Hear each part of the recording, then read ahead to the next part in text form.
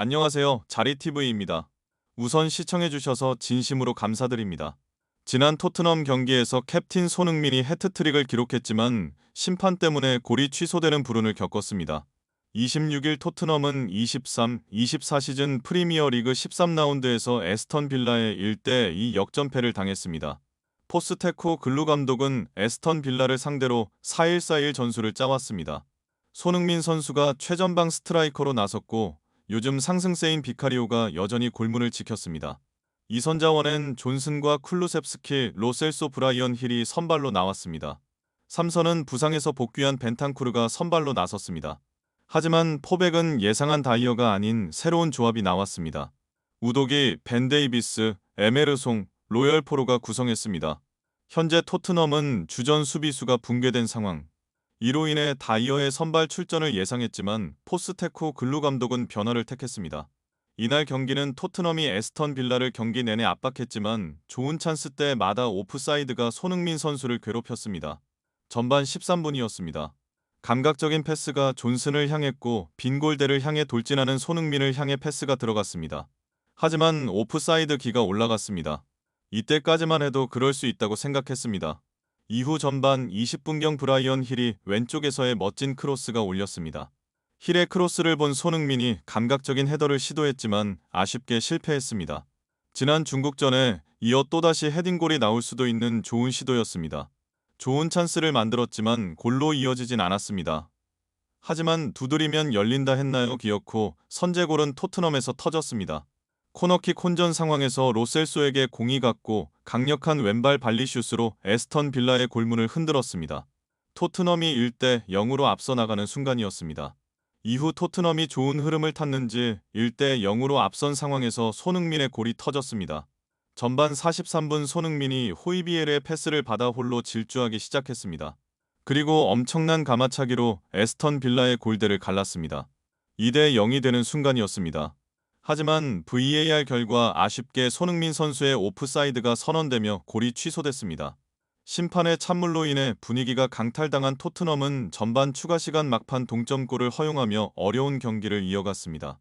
전반전 내내 모든 면에서 토트넘이 우세했지만 막판의 위험 지역에서 시작된 프리킥으로 인한 헤딩 동점골이 잘 이뤄가던 토트넘에게 뼈아픈 한 방이 되었습니다.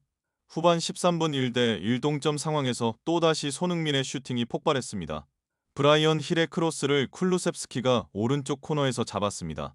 쿨루셉스키가 포로에게 공을 넘겼고 그 공이 존슨으로 그리고 손흥민에게 연결되며 손흥민의 슈팅이 골로 연결됐습니다. 하지만 손흥민 선수의 골이 존슨 선수가 공을 받은 시점에 오프사이드라며 취소됐습니다. 이에 포기하지 않고 후반 40분에도 손흥민의 골이 터졌습니다. 손흥민은 후반 40분 포로의 슈팅이 골대를 맞고 나온 볼을 집중력 있게 슈팅하여 골망을 흔들었습니다. 그러나 앞선 슈팅 시점에 그가 오프사이드 위치에 있었다는 판정을 받아 이번에도 득점이 인정되지 않았습니다. 계속된 불운에 손흥민이 고개를 숙이는 순간이었습니다. 손흥민은 이날 전방에서 골을 넣기 위해 동분서주했습니다.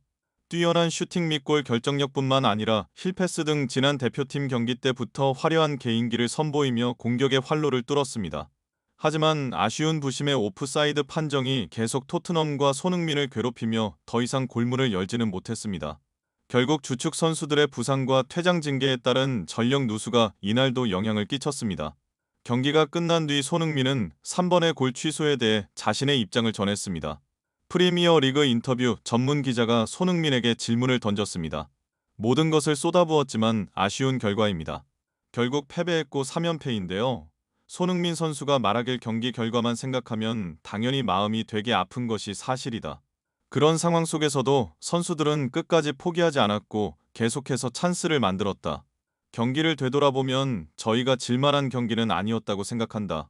하지만 결과가 저희가 졌으니까 이런 결과를 담담하게 받아들여야 한다. 또 하나의 계단을 올라가는 중이라고 생각한다. 저희가 계속 순탄하게 경기 시즌을 잘 치러왔던 만큼 인생에서도 마찬가지로 좋은 일만 있을 수는 없다. 이런 상황 속에서도 저희가 좀 더 배우려고 노력한다면 다음 경기 또 돌아오는 경기에서 좀 더 좋은 모습을 보여줄 수 있을 거라고 생각합니다.